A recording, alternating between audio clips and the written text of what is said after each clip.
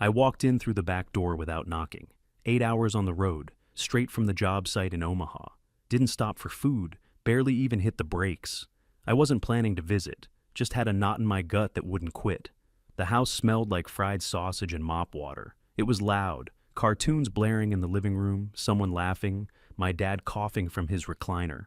And right there, in the middle of the mess, was my 6-year-old son, Tommy. He was standing on a flipped-over milk crate at the sink, arms stretched out, scrubbing a greasy pan with hands that were near red. His little shoulders were tight, like he was trying not to breathe too loud. Quick note: before listening, share which city or country you're watching from.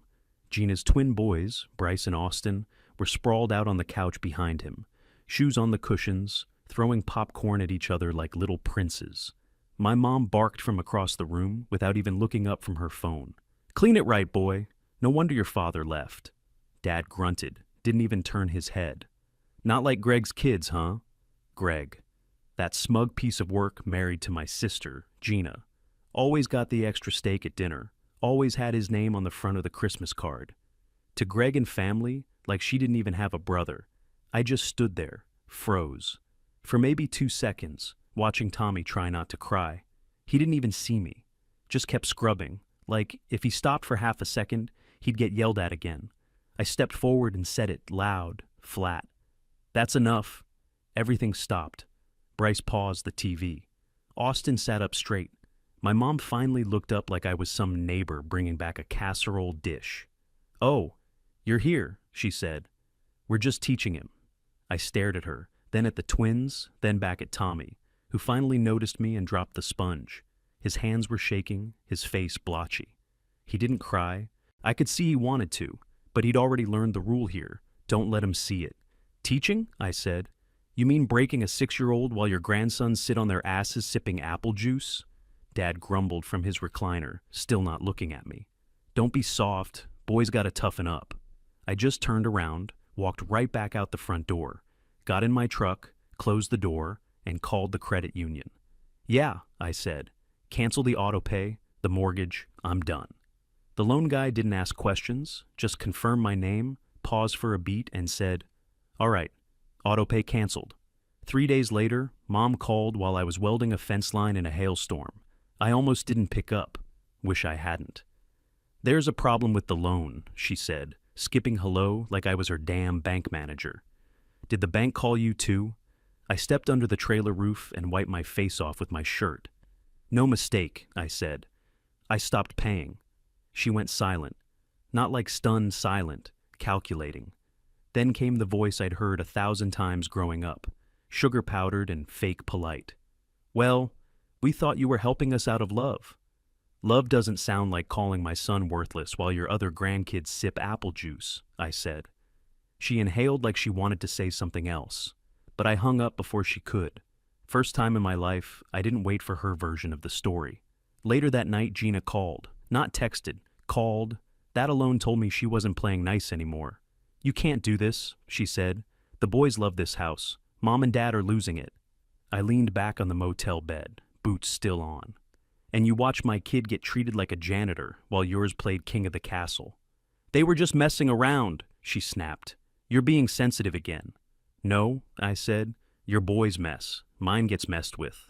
Click. That was it. No more debates, no more rescues. For almost 5 years, I had kept that house from falling apart. Right after Dad's retirement in early 2020, they were behind 3 payments. I stepped in before foreclosure started, just wired the money, and didn't say a word. They never asked Gina, too busy shielding her from reality. She and Greg were going through something every other month. Car payments, fertility stuff, new dog, therapy bills, vacation refunds, whatever excuse fit. Me, I just showed up. Didn't even tell Tommy I was covering their mortgage. Thought I was doing it for him. So he'd have some version of a grandparent's house. Something solid, something passed down. But watching his little hands scrub plates while they mocked him, that snapped it. They weren't struggling. They were spoiled. I didn't buy them peace. I paid for their entitlement. Next day, my phone buzzed all morning. Missed calls, texts, Gina again. Then Dad tried. Left a voicemail that just said, "Call your mother." Didn't. Another day passed. Then Aunt Mary left a message. Honey, I know things get tense, but don't let money tear the family apart. Uncle Steve texted, Your folks aren't perfect, but they took you in when no one else would. Yeah? They also tossed me out when I got laid off at 22 and needed 2 months to get on my feet. Greg got a loan, I got a lecture, even Grandma chimed in. Facebook message. Why, Aaron? That was it, just those 2 words. I didn't answer any of them, because none of them were there that day. None of them saw a 6-year-old with dish soap in his eyes getting barked at like a damn servant. And I wasn't doing it anymore. I didn't yell. I didn't tell them off in some big speech. I just quietly let go of the rope they'd been standing on. And when they hit the ground, they were going to realize what held them up all this time. But I wouldn't be there to catch the fall. 3 days later, the foreclosure notice hit. Bright red sticker on the envelope. Final warning. Auction date already printed at the bottom. They didn't react right away. No panic. No rushing around. You'd think nothing changed.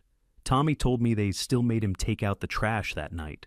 Still handed Gina's twins pizza rolls on actual plates while he got his on a paper towel. They walked around that place like royalty, like their names were still on the deed. What they didn't know was that Kingdom had already been signed over to the bank. I'd stopped being their invisible safety net, and they were too busy playing favorites to notice the floorboards cracking. 3 more days passed before the letter got nailed to the door. Not mailed, not slid under the mat, nailed. Big white sheet stapled dead center with an orange foreclosure sticker on top. That's when the phones blew up. Hey, Aaron, you didn't have to go this far, Aunt Mary said, like I'd spray-painted curse words on the windows. Uncle Steve left a voicemail, voice low and heavy. Family doesn't evict family. I drove by the house once, just to see. Stayed parked across the street. Windows were still lit. Someone was watching a movie inside, probably Bryce or Austin. Mom's shadow moved in the kitchen. They were still in there, still pretending they were untouchable. I looked at that place, paint peeling, shutters crooked, the porch I helped rebuild after a storm in 21, and felt nothing. Not nostalgia, not guilt, just done. The house wasn't home. It was control dressed up as tradition. It was discipline disguised as tough love. All I did was stop lying to myself about it. Tommy didn't ask to go back. He didn't even mention it. He just kept drawing, pictures with trees and smiley stick figures and clouds. No houses, no grandparents. Let them figure it out. Gina still hadn't called again. Probably thought silence would scare me more than shouting.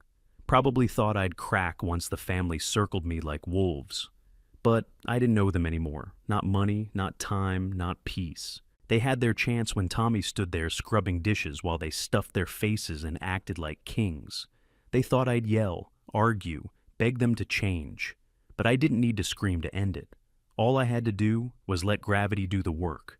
The calls slowed down after a week. No more texts from Aunt Mary.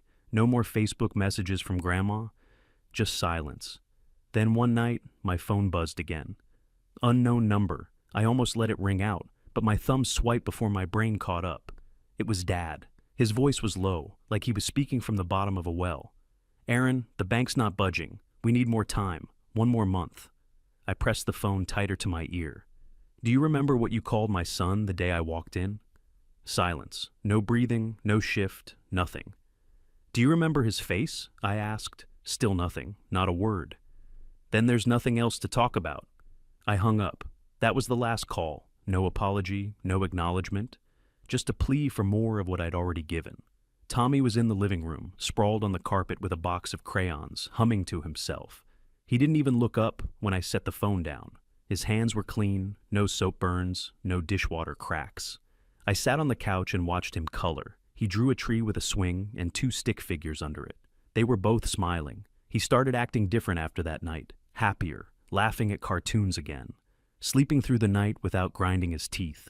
He'd come into my room in the mornings, climb on the bed, and talk about school. Real talk, not whispers.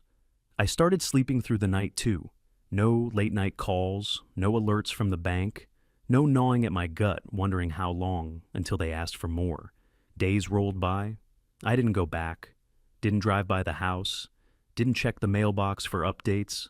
I kept working my jobs, welding, repair gigs, whatever came in. Tommy started drawing more. Whole notebooks filled with bright colors and happy stick people. The day of the auction came and went like a regular Thursday. No one from the family called to tell me about it. I only knew because a friend from town texted, "Think your parents' place just sold. Big SUV out front. Cash buyer." That was it. Done. I sat at the kitchen table that night with a mug of coffee, just breathing. Tommy was asleep. The house was quiet. I thought about the porch boards I'd replaced after a storm in 21, the gutters I'd cleared last winter, the Christmas lights I'd hung up, even though no one thanked me. All of it was gone now. Somebody else's problem, but there was no guilt, no regret, just relief. I looked at Tommy's latest drawing taped to the fridge, me and him at a lake, fishing poles in our hands, big cartoon fish under the water. No grandparents, no house, just us. That picture felt like a line in the sand, a before and after. I rinsed my mug, set it on the rack, and turned off the kitchen light. We were done. The first lie hit 2 days after the auction. "Poor Gina," someone posted under a church Facebook post about community prayer. Her brother went behind everyone's back and sold the family home. Just awful. Gina wasn't subtle. She wanted people to see it, wanted it to spread like gospel, and it did. Within a week, she'd spun a whole narrative. I lost it. I sold the house out of spite. I tricked our parents into signing something. I was bitter because her life turned out better than mine. The usual hits, self-pity dressed as concern, half-truths laced with enough fake sadness to make people nod along without asking questions. Nobody mentioned the part where my 6-year-old son was scrubbing toilets while Bryce and Austin played iPad games with ranch-dusted fingers. Nobody talked about my mom calling him the reason your father left. Nobody brought up the 4 years and 10 months of mortgage payments I made without saying a word. They didn't care about facts. They wanted a villain, and Gina handed them one wrapped up in a neat bow. I got texts from people I hadn't heard from in years. Not to ask what happened, but to say things like, "Hope you find peace," and "Families fight," but this went too far. They didn't know anything. They just heard Gina's voice louder than mine.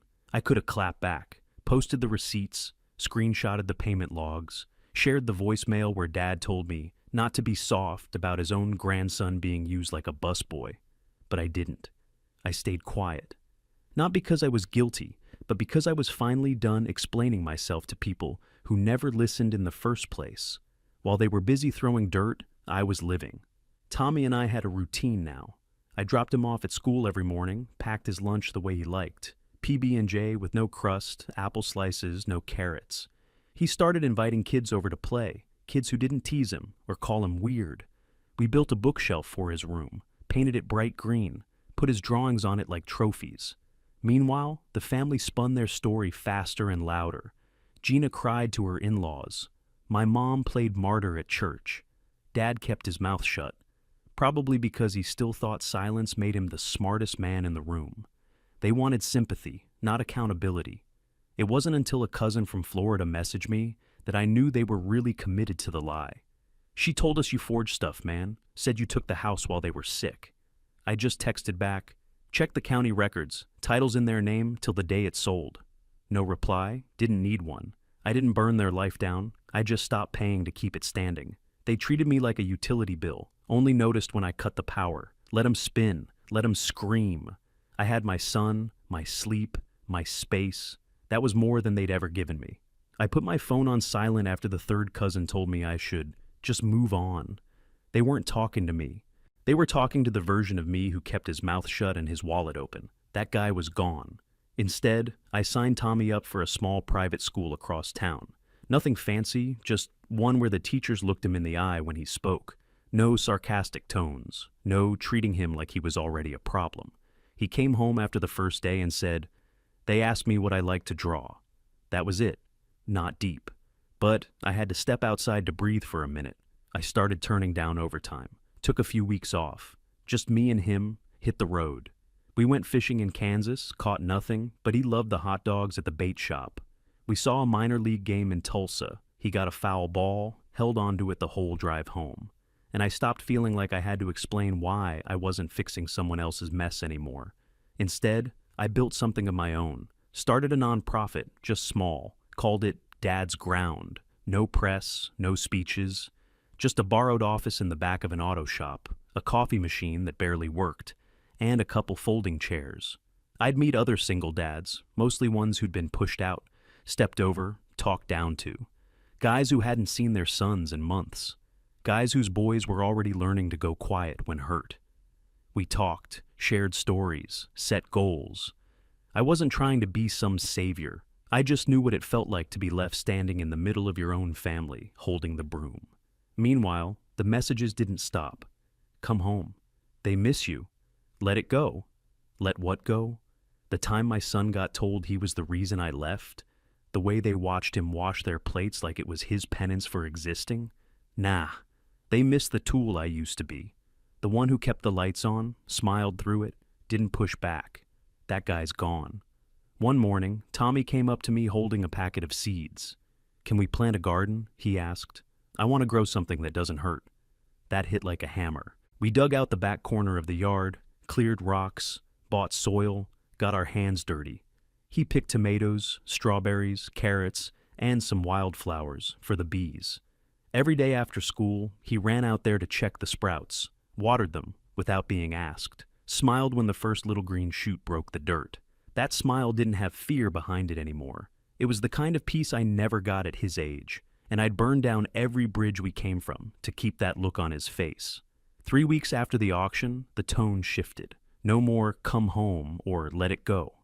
Now it was guilt by grenade. You destroyed your parents. They raised you.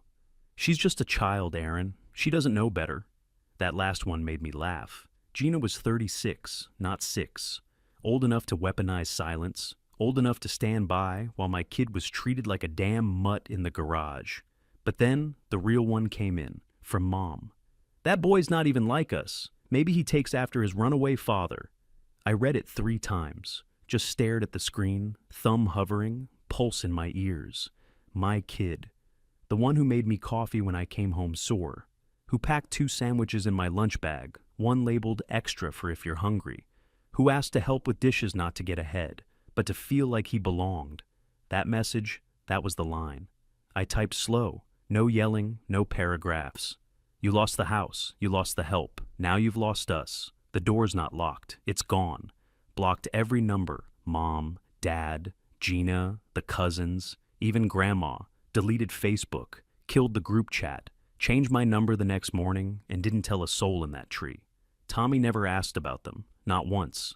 Not that day, not the next, not even when he saw me delete the last contact off my phone. His birthday rolled around 2 weeks later, 7 years old. I didn't overthink it. We had balloons, burgers on the grill, and a homemade chocolate cake with sprinkles piled like gravel. No forced hugs, no dry smiles. No cousins who pushed him out of the way for the front seat. Just real people. Our neighbor Sheila brought cookies. My old buddy Nate from welding school brought his son and a set of Nerf guns. Tommy laughed so hard he fell over in the grass, belly first, mouth full of cake. At one point he looked up at me, chocolate on his chin, and said, "This is the best birthday ever." I didn't need a family photo to prove anything. Didn't need to post it for the world. He was safe. He was seen.